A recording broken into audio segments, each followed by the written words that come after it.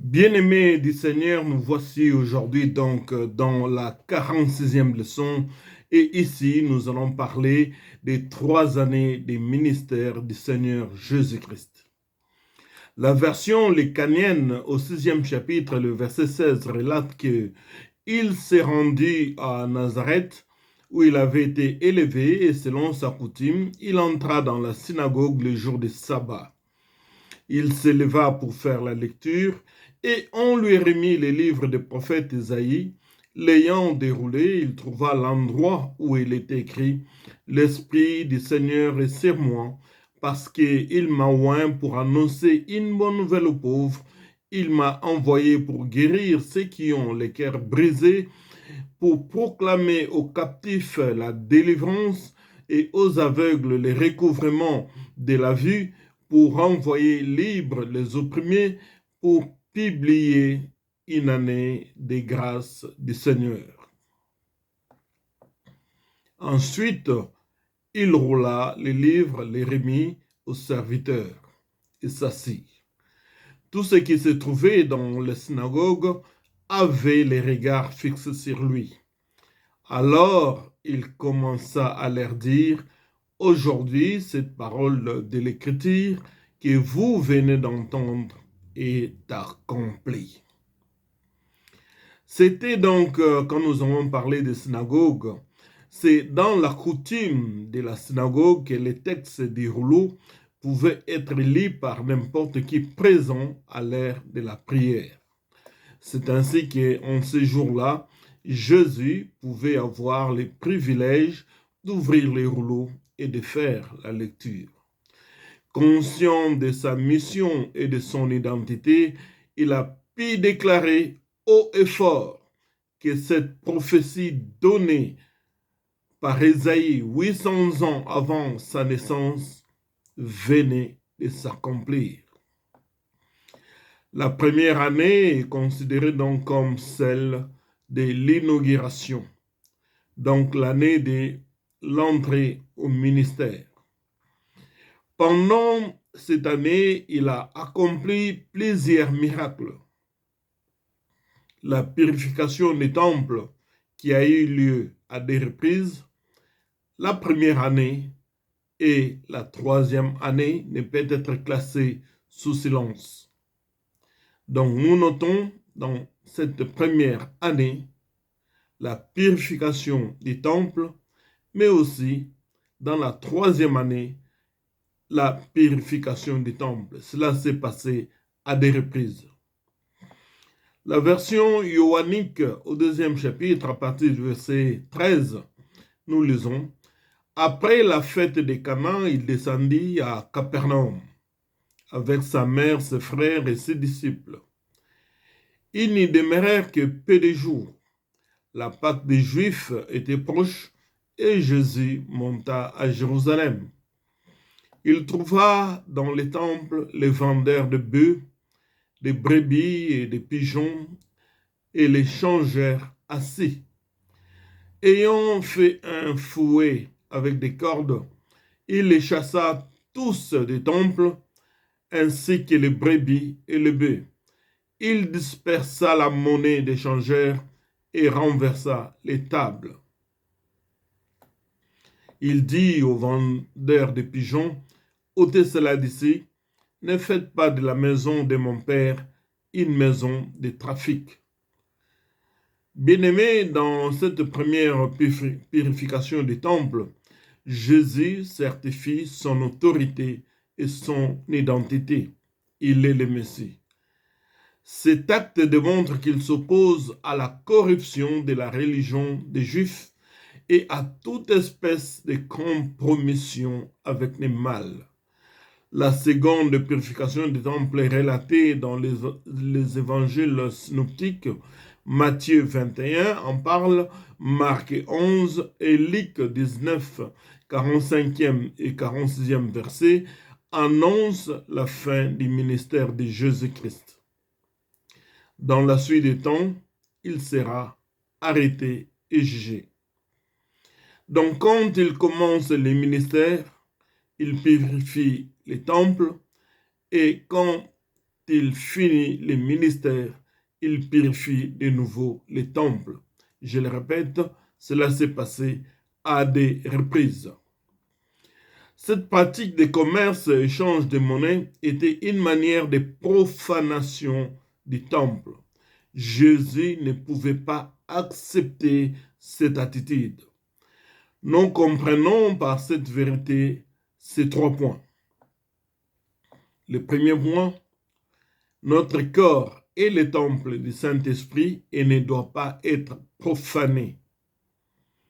Deuxième point, aucun compromis avec les péchés n'est acceptable. Troisième point, la réaction de tout enfant de Dieu rempli du Saint-Esprit doit être la même que celle de Christ face au péché et à la corruption. Passons à la deuxième année.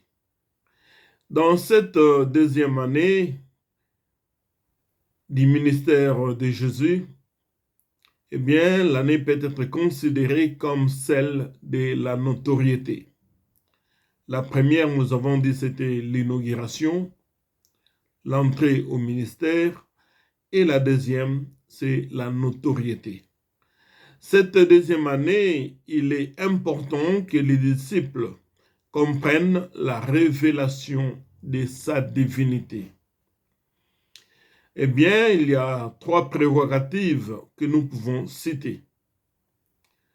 Jésus accepte l'adoration selon Matthieu 14, 33, selon Matthieu 15, 25, selon Luc 24, 52.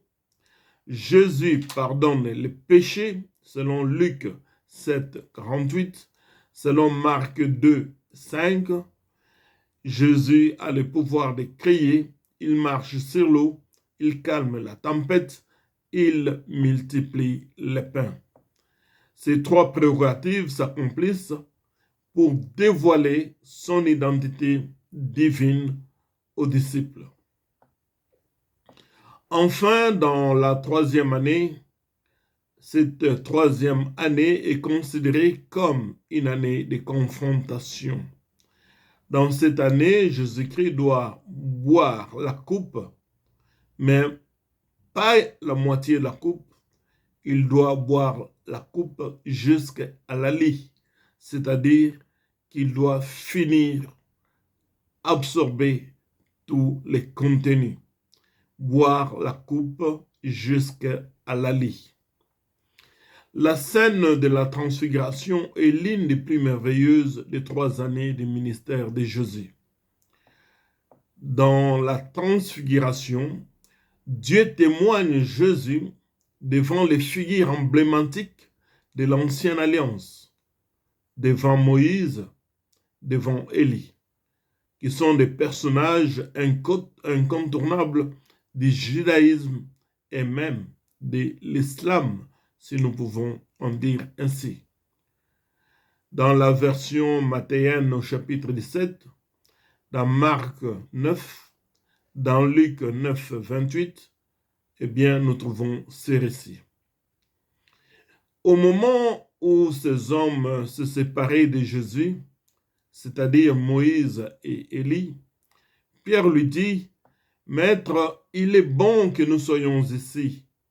Dressons 3 tentes, une pour toi, une pour Moïse et une pour Élie. » Il ne savait pas, la Bible dit, ce qu'il disait. Et comme il parlait ainsi, une nuée vint les couvrir.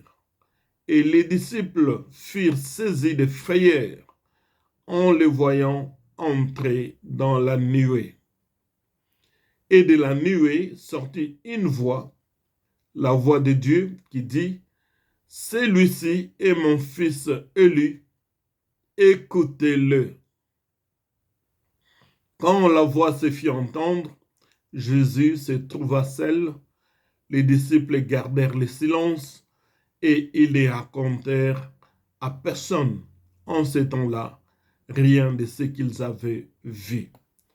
Mes chers amis, voyez que dans la transfiguration, Dieu parle, Dieu témoigne. Il dit aux disciples de cercle interne, à Pierre, à Jacques, à Jean, celui-ci n'est pas Moïse, celui-ci n'est pas Élie, mais celui-ci est mon fils bien-aimé. Et Dieu donne un ordre, un impératif. Il dit, écoutez-le. Dans la tradition juive, ils avaient l'habitude de mettre Moïse, Élie ou d'autres prophètes avant Jésus. Mais ce jour-là, à la montagne de la transfiguration, Dieu parle. Dieu témoigne. Et j'aimerais te dire, toi qui entends le son de ma voix, quand tu as reçu l'appel de Dieu, c'est Dieu seul qui va témoigner de toi dans toute l'œuvre de Dieu que tu auras à faire. Ce n'est pas aux hommes de témoigner ce que tu fais, ce n'est pas au monde de témoigner ce que tu fais, mais les témoignages viennent d'en haut. Quand Dieu parle et dit, celui-ci, je l'ai envoyé et Dieu marchera avec toi. Quand tu as reçu les ainsi de l'Éternel, je t'annonce, ne regarde ni à gauche ni à droite. Ne regarde pas ce que les gens auront à dire, mais regarde à la voix que tu as entendue. Lève-toi et annonce l'évangile. L'évangile de paix, l'évangile de joie, l'évangile de vie. Tout ce que nous pouvons faire sur la terre passera, mais l'évangile ne passera jamais. Je t'annonce qu'au temps de Moïse, eh bien, Pharaon s'est opposé à la parole. Pharaon est mort. Au temps de Hérode, il s'est opposé à la parole. Hérode est mort. Mais cette parole est vivante. Cette parole agit. Et cette parole s'accomplit. Mettez cette parole dans votre vie. Avancez et ne reculez pas. Nous prêchons l'évangile pour gagner les âmes. Nous prêchons l'évangile pour sauver ceux qui sont encore dans les camps de l'ennemi. Et Paul a dit, et nous le verrons plus tard, en toute occasion, favorable ou pas, témoigner, parler de Jésus de Nazareth. Bien-aimés, nous venons d'étudier les 3 années de ministère.